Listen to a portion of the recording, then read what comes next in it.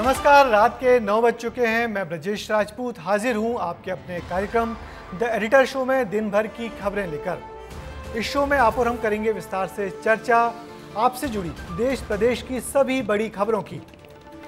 आज हम सबसे पहले एक गौरवशाली अतीत की बात करेंगे। एक ऐसी यूनिवर्सिटी जिसे जलाया गया, तोड़ा गया, लेकिन ज्ञान है जो कभी मरता नहीं। बात नालंदा यूनिवर्सिटी की कर रहे हैं, जिसके नए परिसर का आज प्रधानमंत्री ने उद्घाटन किया। हम आपको इस यूनिवर्सिटी के इतिहास से रूबरू कराएंगे। अगली खबर आपको सुनना जरूरी है, क्योंकि आज हम बताएंगे कि आप अपने कानों के साथ किस तरह खिलवाड़ कर रहे हैं। अलका याग्निक को एक गंभीर बीमारी का पता चला है, जिसने सभी को यह सोचने पर मजबूर कर दिया कि आखिर हमारे कानों के लिए कितनी तेज आवाज उचित होगी। तीसरी खबर में बात करेंगे सिकल सेल बीमारी की। आज देश में सिकल सेल दिवस मनाया गया, लेकिन ये बीमारी है क्या और इसका आदिवासियों से क्या है कनेक्शन, हम अपनी एक रिपोर्ट के जरिए आपको समझाएंगे। चौथी खबर छत्तीसगढ़ से जुड़ी है, जहां भूपेश बघेल और डिप्टी सीएम विजय शर्मा के बीच जुबानी जंग छिड़ी हुई है। भूपेश हैं जो साय सरकार के मंत्रियों के बीच कलह होने की बात कह रहे हैं, तो वहीं डिप्टी सीएम उन्हें टीएस सिंहदेव के साथ उनके रिश्तों की याद दिला रहे हैं। पूरा मामला क्या है, हम आपको सुनाएंगे विस्तार से। अगली खबर में बात करेंगे मध्य प्रदेश में किस तरह आबकारी विभाग ने तो हद कर दी और पीएम आवास के घर में ही एक शराब का ठेका खोल दिया। हैरानी की बात देखिए कि जिम्मेदार हैं जो गलती सुधारने की बजाय अपना पल्ला झाड़ रहे हैं। और आखिर में आपकी थाली की बात करेंगे कि कैसे गर्मी और बदलते मौसम ने आपकी रसोई का बजट बिगाड़ दिया है।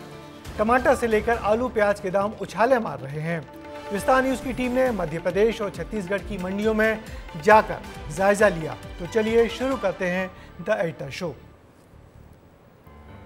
नालंदा नाम लेते ही एक तस्वीर उभरती है उन बिखरे भग्नावशेषों की, जिनमें आक्रमणकारियों ने सालों पहले भारत के ज्ञान विज्ञान को जलाने की कोशिश की थी। मगर आज उसी नालंदा में शिक्षा के पुराने गौरव को नई इमारत का लोकार्पण कर वापस लौटाने की कोशिश की गई है। प्रधानमंत्री नरेंद्र मोदी ने आज नालंदा विश्वविद्यालय की नई इमारत का उद्घाटन किया और कहा कि इमारत जलाई जा सकती है, मगर ज्ञान नहीं। नालंदा के नए परिसर पर देखिए हमारी ये रिपोर्ट। आग की लपटों में पुस्तकें भले जल जाएं, लेकिन आग की लपटें ज्ञान को नहीं मिटा सकती।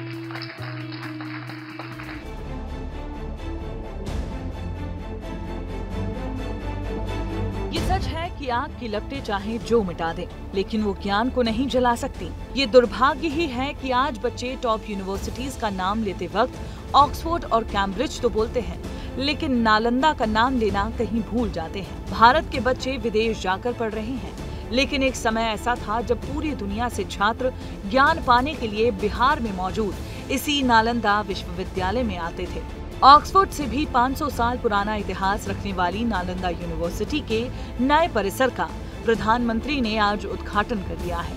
455 एकड़ जमीन पर 1749 करोड़ की लागत से 24 बड़ी इमारतें बनकर तैयार हुई हैं। नालंदा एक पहचान है, एक सम्मान है। नालंदा एक मूल्य है, नालंदा एक मंत्र है, गौरव है, गाथा है।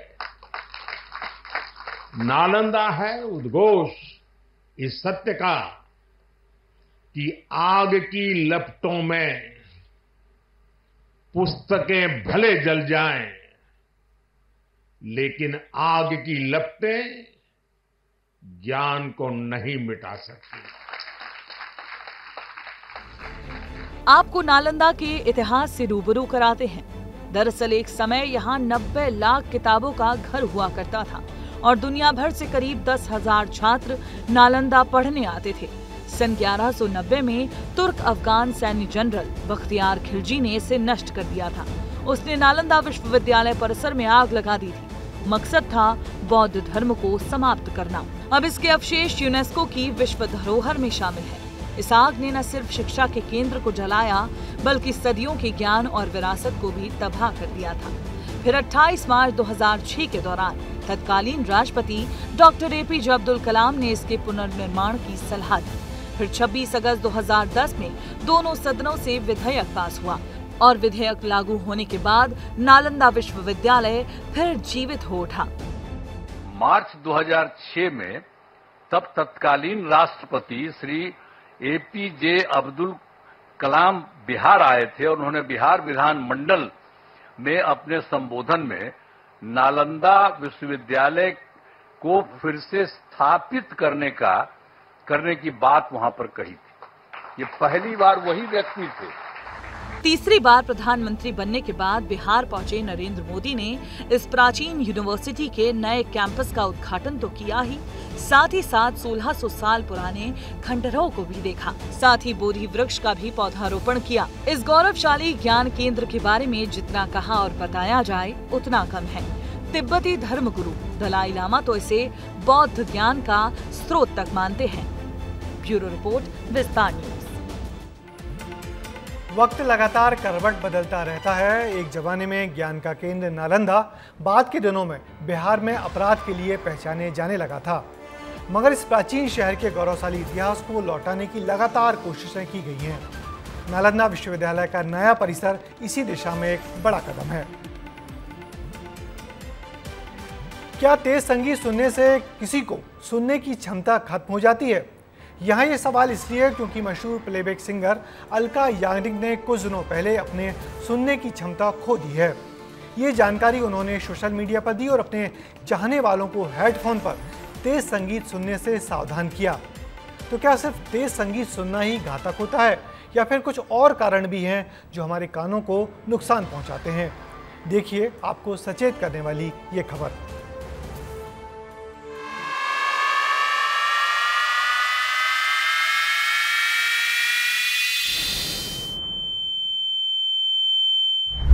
ये शोर आपको बहरेपन की ओर धकेल रहा है और आप इससे भी अनजान हैं। आपकी लाइफस्टाइल का असर आपके कानों पर पड़ रहा है। सुनने की क्षमता कम हो रही है, लेकिन अभी आपको लग रहा है कि ऐसा केवल बुढ़ापे में ही होता है, तो आप अपने कानों के साथ खिलवाड़ कर रहे हैं। हाल ही में बॉलीवुड की मशहूर सिंगर अलका याग्निक को कान में हुई बीमारी ने सभी को ये सोचने पर मजबूर कर दिया कि आखिर हम अपने कानों के साथ कितना मजाक कर रहे हैं। अगर आप भी कानों में हेडफोन, ईयरबड्स या एयरपीस का इस्तेमाल करते हुए काम करते हैं, तो आपको अलका याग्निक की अपील सुननी चाहिए। अलका याग्निक ने लाउड म्यूजिक से दूर रहने की सलाह दी क्योंकि उन्हें rare sensory neural nerve hearing loss का पता चला।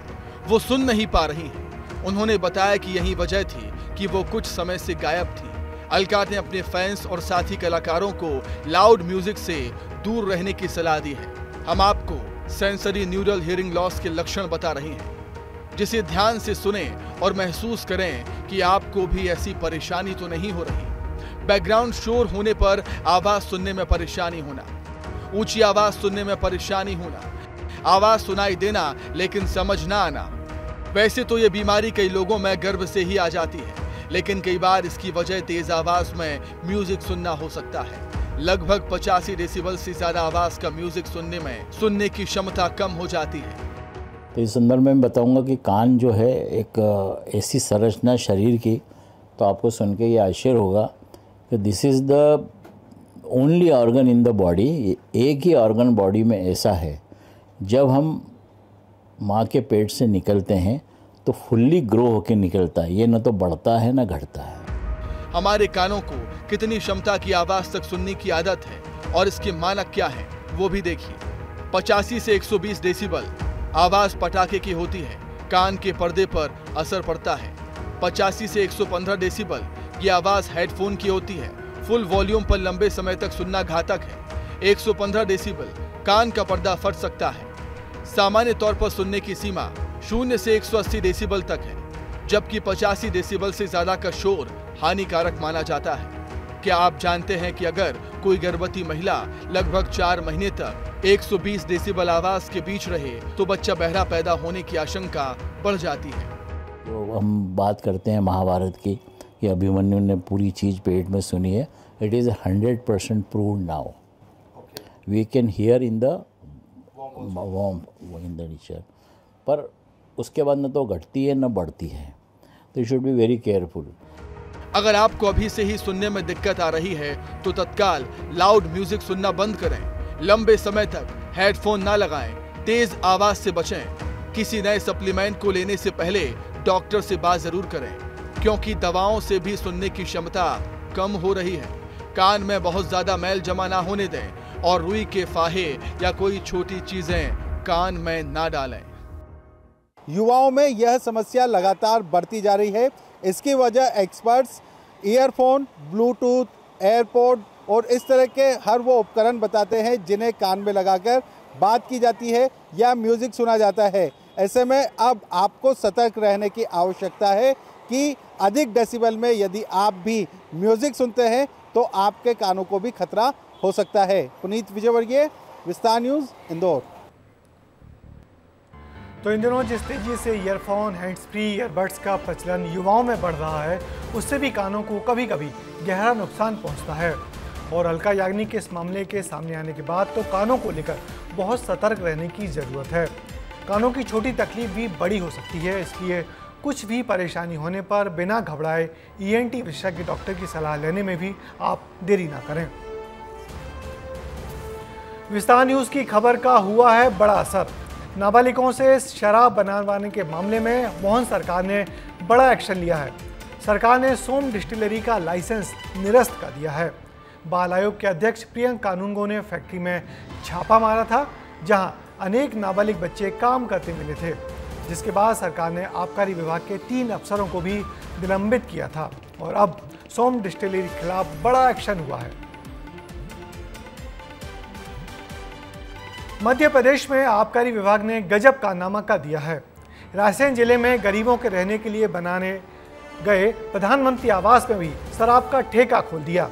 अब जब मामला सामने आया है तो विभाग के सारे अधिकारी एक दूसरे को ही जिम्मेदार ठहरा रहे हैं। देखिए गरीबों के रहने वाले घर को ही मैखाना बना देने वाला अजब गजब प्रकरण पर यह रिपोर्ट।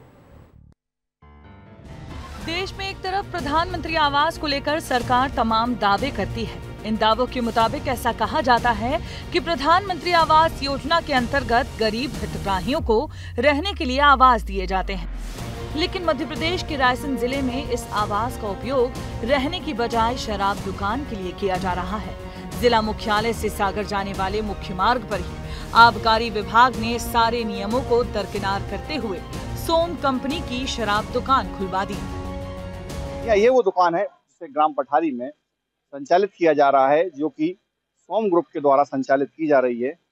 दावा है और आरोप ऐसा लगाया जा रहा है कि यहाँ पर जो ये दुकान है ये प्रधानमंत्री आवास में संचालित की जा रही है, जिसकी जांच के लिए अब जब सुर्खियों में पूरी खबर आई तो अब आबकारी विभाग की टीम ने पूरी मामले की जांच शुरू की है और जिला पंचायत से लेकर जो अन्य विभाग हैं उस पूरे विभागों से इसकी जानकारी जुटाई जा रही है कि क्या ये बिल्डिंग प्रधानमंत्री आवास में है या फिर इसे किराए पर यूं ही दी गई है। मामला सामने आने के बाद अब आबकारी विभाग के अधिकारी जानकारी न होने का हवाला देते हुए अपना पल्ला झाड़ रहे हैं। हमारी जानकारी में आज ही आया है, इसके लिए हम ठेकेदार को जो लाइसेंसी है उसको आज नोटिस जारी कर रहे हैं और जो उप निरीक्षक हैं रायसेन के वो जांच करके शीघ्र ही प्रतिवेदन देंगे। इस शराब के ठेके के लिए नियमों का खूब मखौल उड़ाया गया। पीएम आवास वाली लापरवाही के अलावा शराब की दुकान हाईवे से 100 मीटर के दायरे में भी है, जबकि सुप्रीम कोर्ट के आदेश की माने तो अगर हाईवे के पास की आबादी 20,000 से कम हो तो शराब की दुकान 220 मीटर की दूरी पर होनी चाहिए। फिलहाल आबकारी विभाग की ये लापरवाही अब जग जाहिर हो गई है और अधिकारी विभाग के बचाव में जुटे हुए हैं। आबकारी विभाग के संज्ञान में ये मामला आ गया तो निश्चित रूप से जो भी जिम्मेदार लोग इसके लिए होंगे तो उनके खिलाफ कार्रवाई होगी, चाहे वो आबकारी विभाग के हों चाहे जिसने किराए से दिया है वो भी इसके लिए जिम्मेदार है। अब ऐसे में बड़ा सवाल ये है कि इस प्रकार नियमों को ताक पर रखकर मुख्य मार्ग पर वो भी एक प्रधानमंत्री आवास में ही ना क्या आबकारी विभाग को शोभा देता है। आबकारी विभाग तो इस मामले से अपना पल्ला ही झाड़ रहे हैं, तो फिर ये गैर कानूनी हरकत का जिम्मेदार आखिर कौन है? और अब जब ये मामला सामने आ गया है तो लीपापोती करने की कोशिश की जा रही है। आबकारी विभाग ने पीएम आवास में चल रहे नशे की दुकान बंद तो नहीं करवाई है, मगर दुकान हटाने का आदेश जरूर दे दिया है। सिकल सेल वो बीमारी है जिसके बारे में आम आदमियों में जागरूकता कम है। आदिवासियों को शिकार बनाने वाली इस आनुवंशिक बीमारी के खिलाफ अलग जगाने के लिए आज प्रधानमंत्री से लेकर उपराष्ट्रपति और मुख्यमंत्री तक आदिवासी जनता के बीच आए और इस बीमारी को लेकर जागरूक किया। क्या होती है बीमारी और क्यों ये आदिवासियों को ही ज़्यादा होती है, देखिए इस पर विस्तार से हमारी ये रिपोर्ट। सिकल सेल बीमारी दादा हर गांव में बढ़ने लगी रे। 1 करोड़ लोगों का स्क्रीनिंग हुआ है, जिसमें से करीब 2.25 लाख लोगों में लक्षण पाया गया है। सिकल सेल एनीमिया से मुक्ति का ये अभियान अमृत काल का प्रमुख मिशन बनेगा। देश भर में आज सिकल सेल दिवस मनाया जा रहा है, लोगों को जागरूक किया जा रहा है। खुद प्रधानमंत्री और छत्तीसगढ़ के सीएम विष्णुदेव साय ने सिकल सेल से बचने के लिए मिशन मोड में काम करने की बात कही है।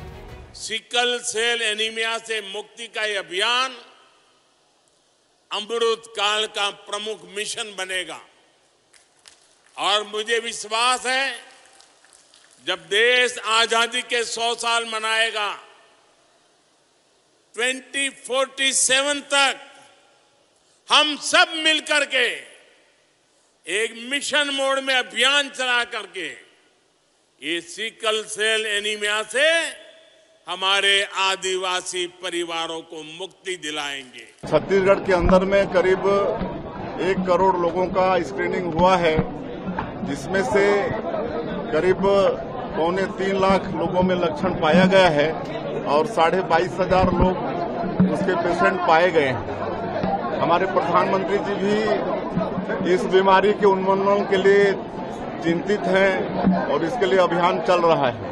मध्य प्रदेश और छत्तीसगढ़ के आदिवासी इस गंभीर बीमारी से जूझते हैं। पीढ़ी दर पीढ़ी ये बीमारी मरीज और उसके परिवार के मत्थे चढ़ जाती है और उनकी उम्र को कम कर देती है। ये एक आनुवंशिक मतलब हेरिडिटी से होने वाली बीमारी है जो लाल रक्त कोशिकाओं का आकार बदल देती है, जिससे इंसान की जीवन सीमा खुद ब खुद कम हो जाती है। इसका सीधा असर शरीर को मिलने वाली ऑक्सीजन पर पड़ता है, जिससे कई तरह की समस्याएं और बीमारियां होती हैं। अब इसके लक्षण भी जान लीजिए। सिकल सेल के मरीजों के जोड़ों में दर्द होता है, हाथ पैरों में सूजन आने लगती है, एनीमिया के कारण शरीर पीला पड़ने लगता है। डॉक्टर रीना डावर आदिवासी समाज से आती हैं और आदिवासी भाषा में ही बात करते हुए बीमारी के प्रति लोगों को जागरूक करने का काम कर रही हैं। सिकल सेल बीमारी दादा हर गांव में बढ़ने लगी रे। माई बाप सी रे ये बीमारी पूरा में आई जाई रे। मध्य प्रदेश का बड़वानी जिला आदिवासी बाहुल्य जिला है। जिला स्वास्थ्य अधिकारी ने बताया कि इस जिले में कुल 2239 लोग सिकल सेल बीमारी के शिकार हैं। सिकल सेल मनुष्य के लगभग हर अंग को प्रभावित करता है। इसके जैसे बोन से लांग बोन से हमारी उसमें नेक्रोसिस हो जाती है, आम भाषा में बोले तो हड्डी खराब होने लगती है, जोड़ों में दर्द होता है, काफ़ी सीवियर पेन होता है ना, तिल्ली का साइज बढ़ जाता है। इसके और कभी कहीं गंभीर परिणाम भी है, जैसे पैरालिसिस भी हो सकता है, एमआई भी हो सकता है। मेडिकल शोध ये बताते हैं कि हजारों साल पहले जो लोग जंगल के इलाकों में रहते थे उनमें मलेरिया के मामले ज्यादा होते थे, लेकिन बार बार मलेरिया होने की वजह से उनकी इस बीमारी के खिलाफ प्रतिरोधक क्षमता भी विकसित हुई। इससे जेनेटिक लेवल पर केमिकल में बदलाव हुए, जिससे शरीर में खामियां आई और सिकल सेल शरीर में बनने लगे। मध्य प्रदेश में 50 लाख लोगों की स्क्रीनिंग पूरी की जा चुकी है, जिसमें 18,000 से ज्यादा सिकल सेल रोगी हैं। तो वहीं छत्तीसगढ़ में करीब 1 करोड़ लोगों की स्क्रीनिंग में 22,500 लोग इस बीमारी से ग्रस्त पाए गए हैं। ब्यूरो रिपोर्ट, विस्तार न्यूज। दरअसल बीमारी की जल्दी पहचान ही उसका उपचार है। इसी मध्य प्रदेश और छत्तीसगढ़ सरकार बड़े पैमाने पर आदिवासी इलाकों में जांच शिविर लगाकर लोगों की स्क्रीनिंग करवा रही है, जिसके अच्छे परिणाम लगातार सामने आ रहे हैं। सरकार की सक्रियता से आदिवासी समाज में फैलने पर रोक लगेगी, ऐसा अनुमान लगाया जा रहा है। छत्तीसगढ़ में लोकसभा चुनाव खत्म होने के बाद अब बड़े नेताओं के बीच जुबानी जंग शुरू हो गई है। इस बार नेता सीधे सीधे एक दूसरे पर नहीं बल्कि एक दूसरे के साथियों पर बयानबाजी कर रहे हैं।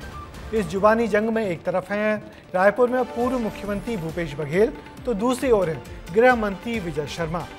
छत्तीसगढ़ में नेताओं के बीच हो रही इस दिलचस्प जुबानी जंग को लेकर देखिए ये रिपोर्ट।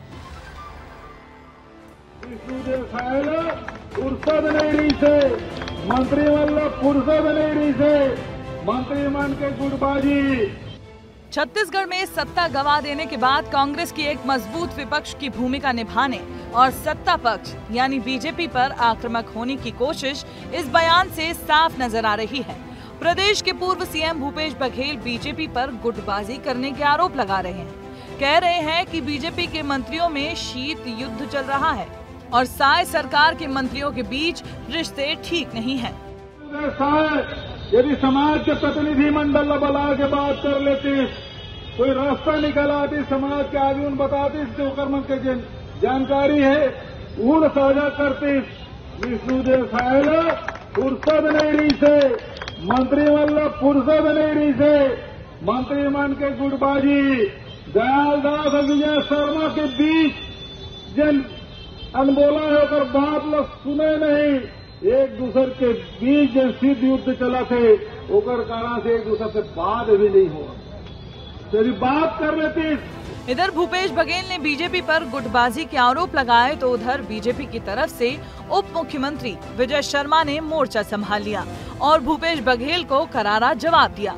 विजय शर्मा ने पूर्व मुख्यमंत्री भूपेश बघेल को उनके उप मुख्यमंत्री टीएस सिंहदेव और जयसिंह अग्रवाल के साथ हुई तल्खियों को लेकर चुटकी ली। विजय शर्मा ने भूपेश बघेल को जवाब देते हुए अपनी एक तस्वीर मंत्री दयाल दास बघेल के साथ पोस्ट की। इस दौरान उप मुख्यमंत्री विजय शर्मा ने लिखा, माननीय दयाल दास जी मेरे बड़े भाई हैं, मैं उनके चुनाव प्रचार हेतु जाता रहा हूं, लेकिन श्री भूपेश बघेल जी को मंत्रियों के वैसे ही संबंध याद रह गए हैं जैसे उनके और टीएस सिंहदेव जी या जयसिंह अग्रवाल जी के बीच थे। हमेशा अपने विरोधियों को जवाब देने वाले बघेल यहाँ तक नहीं रुके। विजय शर्मा की एक पोस्ट पर भूपेश बघेल का एक और पोस्ट आ गया। भूपेश बघेल ने लिखा कि तीर निशाने पर लगा है। इसी के साथ ही पूर्व मुख्यमंत्री ने मुख्यमंत्री साय को भी जमकर घेरा और मुख्यमंत्री साय को पर्ची वाला मुख्यमंत्री करार दिया। पर्ची वाला मुख्यमंत्री, राजस्थान में पर्ची वाला, मध्य प्रदेश में पर्ची वाला, तो मैं तो केंद्रीय नेतृत्व से कहना चाहता हूँ, ये विष्णुदेव साय से सहमत नहीं है छत्तीसगढ़, ये लगता काल बर्खास्त किए जाना चाहिए, पद से हटाया। पूर्व मुख्यमंत्री भूपेश बघेल और उप मुख्यमंत्री विजय शर्मा के बीच चल रहे वार पलटवार के दौरान राजनीतिक बयानबाजी भी तेज हो गई है। बीजेपी और कांग्रेस आमने सामने जो हैं। देखिए, जिन्होंने स्वयं मुख्यमंत्री रहते हुए पूरे देश के अंदर में धोखेबाज मुख्यमंत्री के रूप में ख्याति अर्जित करने का काम किया, 5 वर्षों तक लगातार धोखेबाज मुख्यमंत्री के रूप में जाने और पहचाने जाते रहे और इसीलिए छत्तीसगढ़ की जनता ने धोखेबाज मुख्यमंत्री और उनकी सरकार को विदाई देने का काम किया। अब जब वो सत्ता से चले गए हैं, लोकसभा चुनाव के अंदर में भी उनके धोखे की पराजय हुई है, तो वो इस प्रकार का बयान बौखलाहट में दे रहे हैं। पूर्व मुख्यमंत्री को टीएस सिंहदेव जी से संबंध याद दिलाने की बात है, तो टीएस सिंहदेव जी से पूर्व मुख्यमंत्री के संबंध कितने प्रगाढ़ और मधुर हैं, इसको भाजपाई चश्मे से नहीं देखा जा सकता है। हमेशा से बड़े भाई छोटे भाई का आदर दोनों के बीच रहा है। अब भारतीय जनता पार्टी के किसी नेता के बीच में परस्पर आदर की भावना तो है ही नहीं। बलौदाबाजार की एक घटना ने कांग्रेस को बीजेपी पर हमलावर होने का मौका दे दिया है। कांग्रेस पूरी ताकत से इस मुद्दे को भुनाने की कोशिश कर रही है। पूर्व मुख्यमंत्री भूपेश बघेल ने साय सरकार के मंत्रियों के बीच के रिश्ते को लेकर के सवाल खड़ा कर दिया, जिसके बाद बीजेपी ने भी पूर्व मुख्यमंत्री के इस बयान पर करारा पलटवार किया और विजय शर्मा ने भूपेश बघेल को उनके टीएस सिंहदेव के साथ के रिश्ते की याद दिला दी। अब देखने वाली बात ये होगी कि चुनाव तो खत्म हो गया है, लेकिन ये सियासी बयानबाजी कब तक थमती है। कैमरा पर्सन खेमराज के साथ अनमोल तिवारी, विस्तार न्यूज। आप हम सब जानते हैं कि ये जुबानी जंग सिर्फ चटखारे लेने के लिए होती है। पहले विधानसभा और बाद में लोकसभा चुनाव में ये हंसी मजाक और हिसाब किताब इन नेताओं ने बराबर कर लिया है। इसलिए अब इन मानियों को अपने गिले शिकवे भुलाकर प्रदेश के विकास के मुद्दों पर एकजुट होकर आगे बढ़ना चाहिए। इस हंसी ठिठोली में कुछ नहीं रखा। और अब महंगाई डायन ने एक बार फिर से सिर उठाया है। इस बार ये महंगाई सब्जियों के दामों के साथ आई है। गर्मी के बाद और बारिश के पहले सब्जियों की कीमतों में तेज उछाल आया है। हरी सब्जियों की बात तो छोड़िए, आलू टमाटर से लेकर अदरक तक के भाव 20 से 30% तक बढ़ गए हैं। छत्तीसगढ़ से लेकर मध्य प्रदेश के बाजारों में घूम घूम पर तैयार की गई ये रिपोर्ट देखिए। गर्मियों के बाद अब महंगाई की मार, सब्जियों को भी लगा हीट स्ट्रोक। मौसम में बदलाव के साथ ही सब्जियों के दाम आसमान छूने लगे हैं। तापमान में बढ़ोतरी के साथ बाजार से सब्जियां कम होने लगी हैं। हरी सब्जियों की कीमतों में 10 से 20% की बढ़ोतरी हुई है। विस्तार न्यूज की टीम ने अलग अलग मंडियों में जाकर जायजा लिया और मंडी में जाकर सब्जियों के भाव बढ़ने के पीछे वजह भी जानने की कोशिश की। हम मौजूद है कराड़िया रोड सब्जी मंडी में। भैया क्या भाव चल रहे हैं सब्जियों के? टमाटर है 60 रुपए किलो, लौकी पड़ेगी 30-40 रुपए किलो बिक रही है। दो रोज पहले जैसे ईद के कारण माल नहीं आया, उस वजह से तेजी थी। प्याज इस बार गर्मी की अत्यधिक गर्मी पड़ने की वजह से प्याज की फसल खराब हो गई है। इस कारण अपना मध्य प्रदेश का लोकल प्याज की आवक नहीं है, उस कारण प्याज में तेजी बनी हुई है। इंदौर में सब्जियों के भाव लगभग दोगुने हो चुके हैं। वहीं ईद की छुट्टियां होने की वजह से आवक कम होने से भी सब्जियों के दाम बढ़ना वजह बताई जा रही है। विशेष तौर पर टमाटर पर इसका खास असर पड़ा है। 2 दिन पहले तक टमाटर के दाम 100 रुपए किलो तक पहुंच गए थे। हालांकि आज टमाटर के भाव 100 से 70 रुपए किलो तक है। जिस निवाड़गंज मंडी में मैं खड़ा हूँ, ये सबसे पुरानी और सबसे बड़ी मंडी है। यहाँ हम दाम पूछते हैं, क्या भाव बिक रहे हैं भाई साहब टमाटर? 60 रुपए किलो। 60 रुपए किलो। क्यों कितने महंगे हो गए? वो ऊपर से तेज आ रहा है, यहाँ सड़ने खराब होने फेंक रहा है।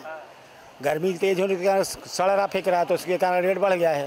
अभी राहत मिलने की उम्मीद है? कोई उम्मीद नहीं, 2 महीने कोई उम्मीद नहीं है। भैया कितना लेने आए थे और कितना खरीद पाए? भैया लेने से आए थे कम से कम 2 किलो, लेके जा रहे हैं आधा किलो। दाम की बहुत महंगे हैं। क्या भाव बिक रही है? सब डबल रेट में। सब डबल रेट है। हाँ, बजट बिगड़ गया, पूरा बिगड़ गया।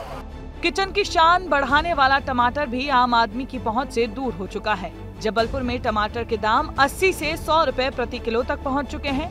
थोक मंडी में 60 से 70 रुपए किलो तक बिक रहा है, जिसकी वजह से लोग अब टमाटर खाना लगभग छोड़ रहे हैं। सब्जियों के दाम बढ़ रहे हैं। इस वक्त हम लालपुर की मंडी में हैं। रायपुर की लालपुर मंडी है ये, और मेरे साथ यहाँ रेड्डी जी हैं जो कि सब्जी मंडी बोर्ड के यहाँ के अध्यक्ष हैं। गर्मी का समय है और इस बार फसल कमज़ोर है, आवक कमज़ोर है। छत्तीसगढ़ में अभी स्थानीय फसल लगभग नहीं के बराबर है। 80 से 90% सब्जियां दिसावर है दूसरे प्रांतों से आ रही है। इसके कारण ही सब्जियां बहुत महंगी है। तो कितना क्या महंगाई का अंतर पड़ा है या माल की सब खपत में अंतर आया है? माल कम आ रहा है ना, इसलिए महंगाई है।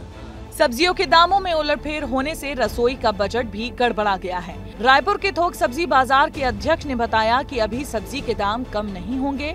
सभी सब्जियों के दामों में 20 से 25% की बढ़ोतरी दर्ज की गई है।